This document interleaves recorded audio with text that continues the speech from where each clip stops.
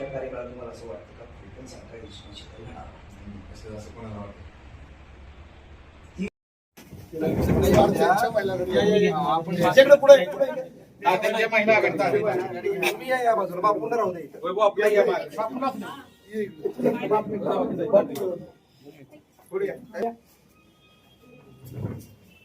महिला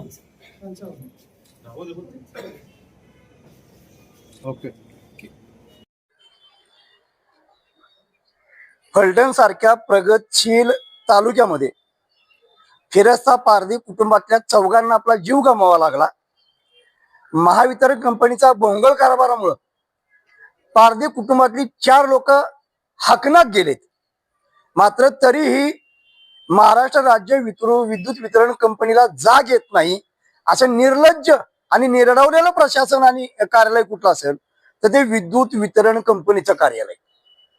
आमच्याच जागेत पोल उभे करणार, आमच्याच जागेत डिपो उभी करणार, 1 मीटरचा वर्षानुवर्ष चार्ज घेणार आणि तरीही आम्हाला व्यवस्थित सुविधा न देणार नाही.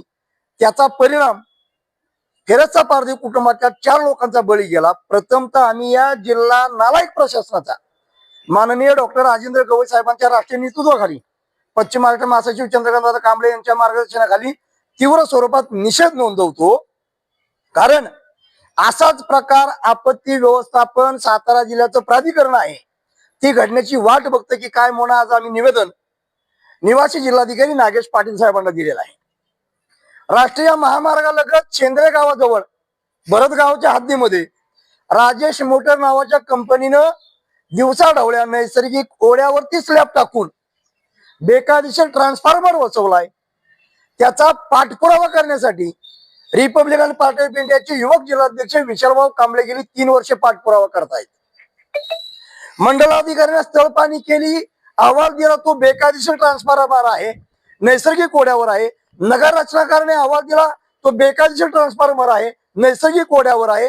तहसीलदारांनी पत्र काढलं, तो नैसर्गिक ओढ्यावरच ट्रान्सफॉर्मर आहे, बेकायदेशीर आहे. मात्र आजही विद्युत वितरण कंपनी नागठाण्याची आणि साताऱ्यातली तो ट्रान्सफॉर्मर काढत नाही. जो फलटण तालुक्यामध्ये घडलं असाच भयानक प्रकार राष्ट्रीय महामार्गावरती घडून तिथं 4 लोकांचा जीव गेला, इथं 400 लोकांचा का 40 लोकांचा जळून कोळसा झाला पाहिजे याची वाट MSEB बघती.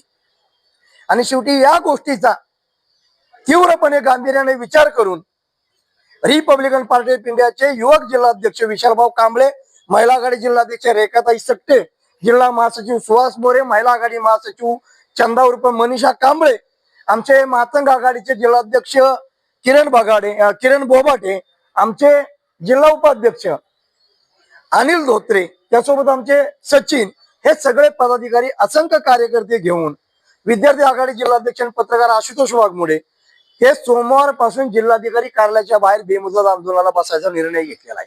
म्हातारी मेल्याचं दुःख नाही, मात्र काळ सुकवता कामा नाही. फलटण मध्ये जो प्रकार घडला तिथल्या नालायक MSEB अधिकाऱ्यांना त्यांच्यावरती सदोष मनुष्यवधाचा गुन्हा दाखल करावा, अॅट्रॉसिटीचा गुन्हा दाखल करावा आणि पीडित कुटुंबाला तात्काळ मदत द्यावी ही पहिली मागणी आहे. आणि या मागणीसाठी सोमवारपासून बेमुदत धरणे आंदोलन आहे. दुसरी मागणी, हा प्रकार घडू नये म्हणून शेंद्रे जवळचा भरतगाव मधला राजेश मोटरचा बेकायदेशीर तात्काळ ट्रान्सफॉर्मर काढावा.